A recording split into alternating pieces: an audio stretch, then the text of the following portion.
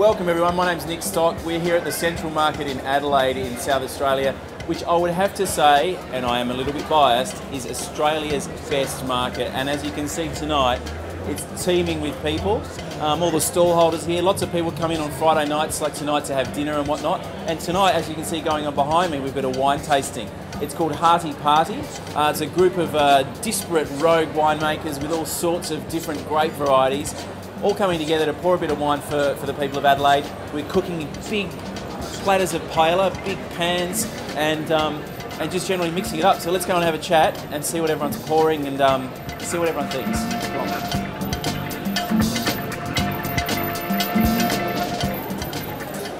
All right, so you can see this is the theme, Hearty Party, wine, paella, mussels, 5 to 8:30. It's all pretty rustic. It's all pretty natural. We're not doing anything fancy. It's just show some wine to some people and see what happens. So let's go and have a chat. See what we've got. All right, so straight up here we've got a wine. This is the Yalumba guys, and the Yalumba guys are really clever. They've developed this thing called Running with Bulls, which is some nice Tempranillo. So we've got Sam Wigan behind here. Sam's a winemaker, and Siobhan should be pretty good with the paella, I reckon. Sorry if this hurts your eyes to watch this, but next to me is David Bailey from Vintalopa. Now Vintalopa, what's with the name? This is it's a little play on words. It is a play on words. Like a lot of the things I do in my brand, it's a bit of a double entendre. But he's a funny bastard, is what he's trying to say. So Vint, obviously for vintner, for a winemaker. Or, get out of here! No shit. Really? Right. And interloper for just coming in and mixing it up.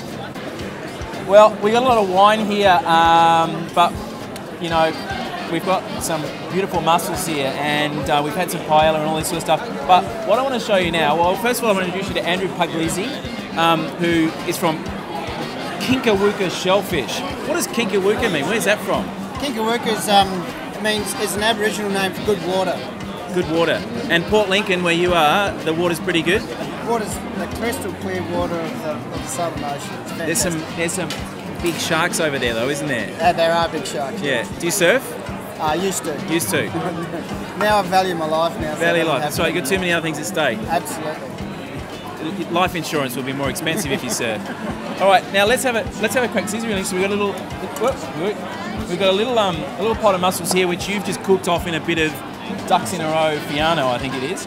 That's sort of my kind of recipe. You heat up the wok, you put 100 ml of white wine, any white wine, we use some ducks in a row Fiano, and then you open the bag, you tip the water out of the bag, that's important to tip the water out of the bag, and then you tip the mussels into the wine, and then you put the lid on. That's it. We'll give it a stir. You can see we're just creating a bit of a steam environment for it. Most of these mussels here are cooked, and we've been doing this for about 3 minutes. Yeah, no more than 3 minutes. And my mussels here are done. So all we do with those mussels,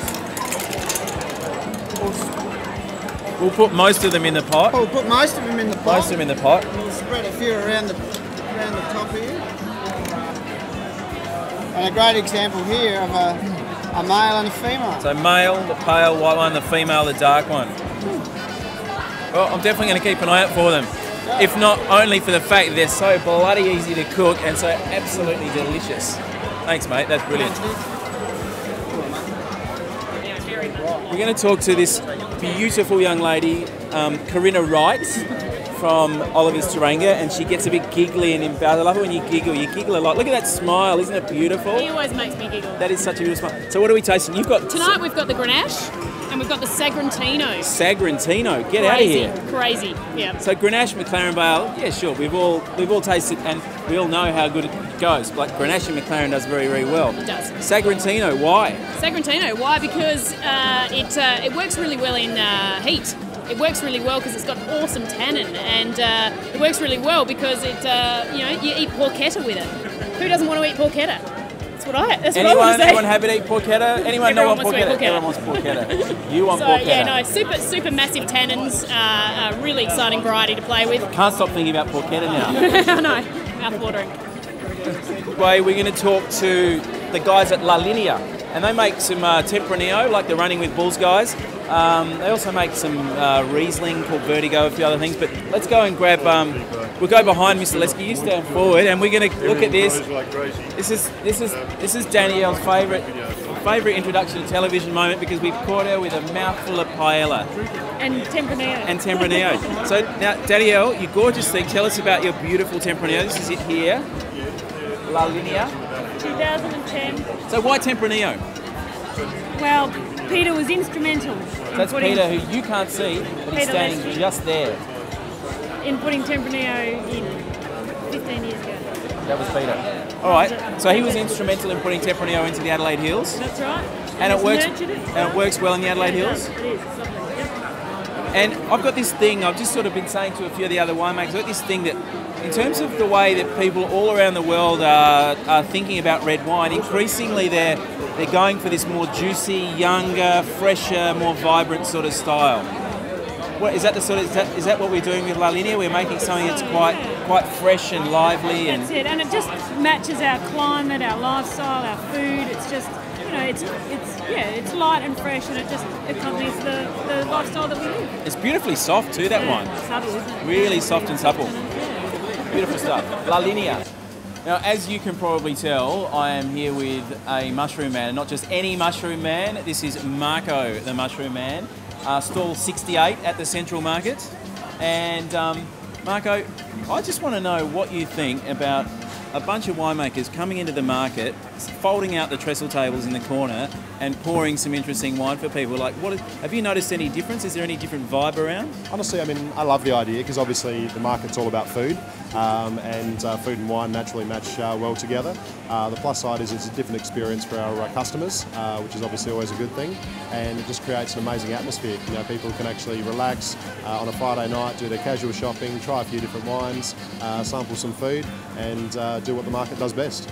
Yeah, it's interesting, isn't it? Because often like when you buy wine, you quite often go into a store and there's just bottles on shelves, and it's not actually a very romantic way to do it. But I think actually coming in and putting the wine in here in context next to the food, it just seems that people are thinking about the right sort of thing. They're just it all sort of makes sense. Exactly, and I mean the thing is, half the time you've actually got your winemakers around.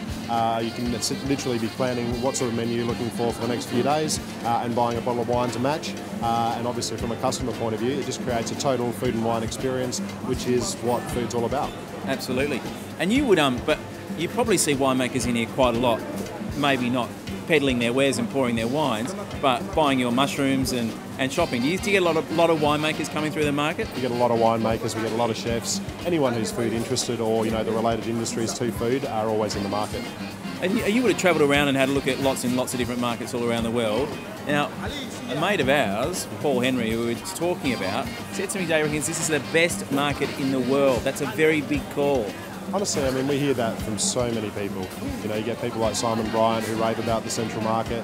The number of tourists who come through and say, oh my God, I wish we had one of these wherever they've come from, and that can be all throughout Europe, all around Australia. It's by far the most encompassing market that I'm aware of, and it certainly makes a massive impression with obviously people in South Australia, but people nationally and internationally as well. Definitely. And as we all know, every good market needs a very good mushroom man. Marco, it does indeed. Legendary, buddy. Pleasure to meet you. Good to meet you. No worries, man. I'm standing here with Amanda James Pritchard, who does many things, and all of them brilliantly, but one of the things Amanda does is organise this event that we've just had tonight, the Hearty Party. Amanda, tell us what we've just done. Well, Nick, I have to say, it's an organic, democratic and just brilliant thing, these events. I have to say they spawned from ducks in a row, not having a cellar door, not actually knowing where we could give our wines to people, tell our story. And so, yeah, we started doing these kind of quirky food and wine matching events, getting together a whole band of people just like us, like you. People can't come to you because you don't have a cellar door, so you go to them. And the Central Market in Adelaide is, I got to say, someone said to me today, it is the best market in the world. that's a big wrap. There are some great markets in the world. Yeah. But tell us about the food component as well, because all of the events that you've done, we had Rare Reds and pizza, you've done that Vermentino and sardines thing. How important is the food component, and how does that work? Oh, it's so important. The market are amazing. They pay for the food. They help me in liaising with the chef, and we always get someone who really knows what they're doing to make the food. And look, it's always about my bag is new varieties of wine, things that people haven't heard of, and I think it's great to give people paella. They may have heard of it. They've probably never bloody gone to the trouble of cooking it, because it's hard yucky. You got to do a lot of stuff to get it right. But it's a lot of fun cooking paella. I'm here to tell you, if you haven't ever done it, it's a bag of fun. And how cool is this? The Spanish just turn the fact that you don't stir it and it catches on the bottom, they turn that into a feature. The Italians have to stir it for hours. The Spanish go, you know what? We're just going to dance and sing or drink or something and let it burn, and that just becomes I mean, how cool is that? That's cool. Now tell us about this other thing you're doing, because expanding on this concept of not having cellar doors and not having places people can go, so getting wines out to the people, you've done this project called Winemakers Without Borders, and that's taking this whole thing to another whole level. Yeah, I guess you could kind of call what we've done here like the pilot program for Winemakers Without Borders, and it's been a success. And so what I want to do now is take these events national.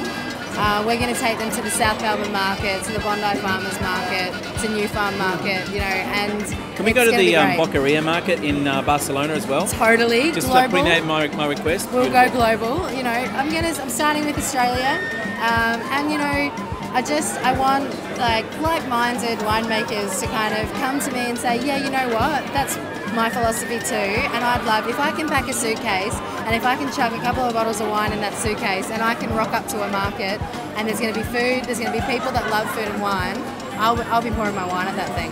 Yeah, it's brilliant, and I think that to be able to get, I mean, it's fantastic that the market and other markets are so interested in bringing wine into the right sort of context, because, I mean, let's face it, it's a very natural thing to be around all of this fabulous produce, which is behind you, and all of these people are here thinking about food, and to have wine just there available is a genius thing. It's exactly the right way to present it. And I think when you go to cellar doors, often, you go in your taste and you sort of look at the things and whatnot, but it's not sort of natural. It's not the way you would naturally do things. And here, just seeing people breeze through with shopping on their arm, it's sort of like putting wine right in the right environment for it to all sort of make sense. Oh yeah. And the other thing about all the different varieties of wine that you brought together is that, I think when you put them all next to each other, it's so much more interesting than just maybe having one of them on their own. So people get to try and see, all these new things are different, and how some of them contrast with each other. I think that's very, very clever. Yeah. So massive respect. Oh, thanks, so folks, there it is. It's keep your eye on these events at the Central Market. Keep your eye on Winemakers Without Borders, and coming to a market near you. Coming to a market near you, and this is one lady who definitely does have all of her ducks in a row.